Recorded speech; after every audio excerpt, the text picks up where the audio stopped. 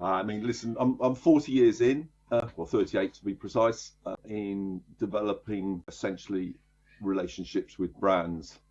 And ultimately, when we talk about customer experience, I think it's just a watch phrase for the term relationship. And actually, really, what business is about creating commercialized relationships that people value more than they value the money in their pocket. So when we talk about customer experience, I think the key thing is to understand that we're talking about relationship.